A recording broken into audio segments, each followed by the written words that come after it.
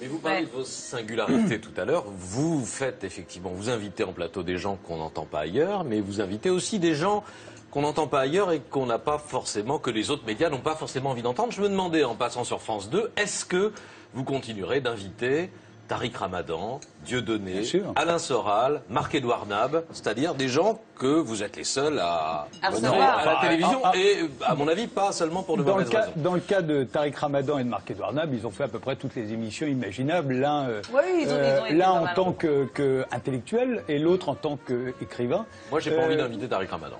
Mais libre à vous de ne pas le faire. Je vous le dis. Non, mais vous dites, il fait Et du coup, il y a Patrick Pompidou. Il fait toutes les émissions. Vous dites, bah non, il fait pas toutes les émissions. Oui, d'accord. Mais enfin, vous faites une émission, vous faites le journal. Vous ne faites pas une émission de débat intellectuel. L'avantage, c'est d'avoir chacun la scène et moi, je vais sur ce sujet, j'ai toujours été clair et j'ai toujours fait ça partout, y compris sur des stations de radio que nous avons fréquentées tous les deux. Oui. Pour moi, il n'y a pas de liste noire, il n'y a pas d'invité que je refuse d'inviter par principe parce que je ne l'aime pas. Voilà, je me l'interdis. Je suis sur le service public, c'est pas à moi d'inviter les gens en fonction de mes sympathies ou de mes antipathies. Voilà, c'est tout. Donc, à partir de ce moment-là, non mais c'est très seulement important. une question de sympathie ou d'antipathie. Vous avez une responsabilité quand on anime une émission de débat public, on a une responsabilité, par exemple, de ne pas propager les thèses complotistes, de ne pas donner la parole à des cerveaux malades, parce que dans les gens que j'ai cités, je pense qu'il y a des cerveaux malades. Libre à vous de le penser. Les gens qui pensent que c'est un jugement, Patrick, ça. Non, c'est pas un jugement. Les gens qui pensent qu'on n'a jamais marché sur la Lune, que le 11 septembre n'a pas existé, ou que les chambres à gaz... Mais ils ont le droit de... Qui dans les gens que vous avez... peut-être Soral, c'est à lui que vous faites allusion.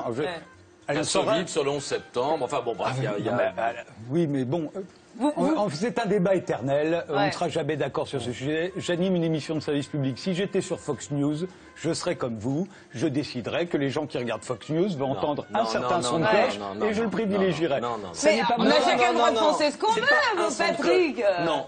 Si. Il peut tout, il revient de vacances, il est en pleine forme, Frédéric. Non, on a le droit de penser ce qu'on veut d'abord dans les limites de la loi. Et pardon, mais là, en l'occurrence, je n'ai jamais eu de problème de ce côté-là. Alessandra, le négationnisme, c'est quelque chose. J'ai jamais entendu le CSA taper sur Frédéric Tadei. Non, mais Patrick, on a l'impression que là, qu'il y a des gens qui viennent dans mon émission pour dire que les chambres à gaz n'ont pas existé. Ça n'est jamais arrivé. Je dis qu'il y a des complotistes, vous savez ce que c'est, les complotistes, les conspirationnistes, et que le complotisme, ça finit généralement. Vous avez l'habitude de ce genre de débat. Non, mais c'est très marrant parce que sur ce sujet, j'ai eu à m'expliquer et je me suis expliqué et je crois que les gens ont été assez convaincus.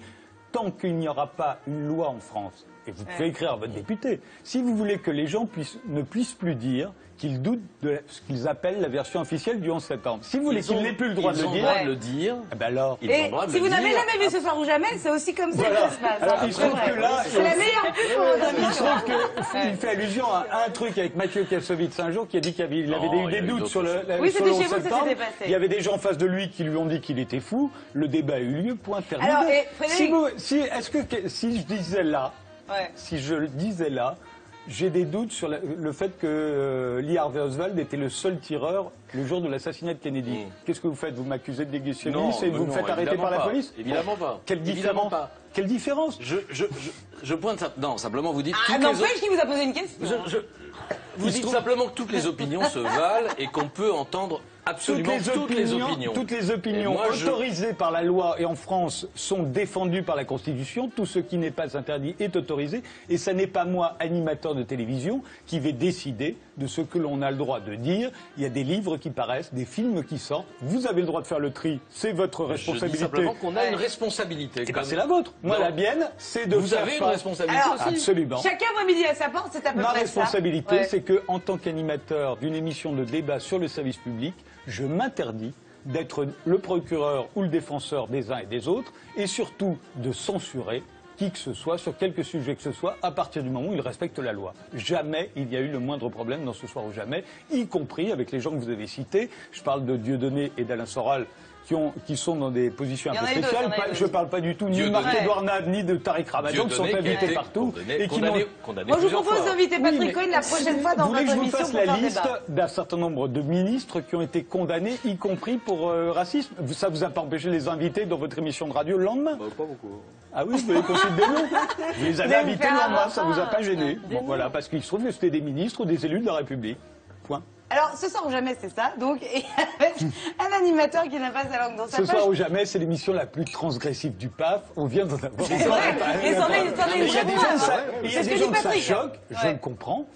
Il vaut mieux pas qu'ils la regardent, mais c'est vrai que c'est une émission dans laquelle on va dire, on va voir des gens qu'on ne voit pas ailleurs, on va dire des choses qu'on n'entend pas ailleurs, Ouais.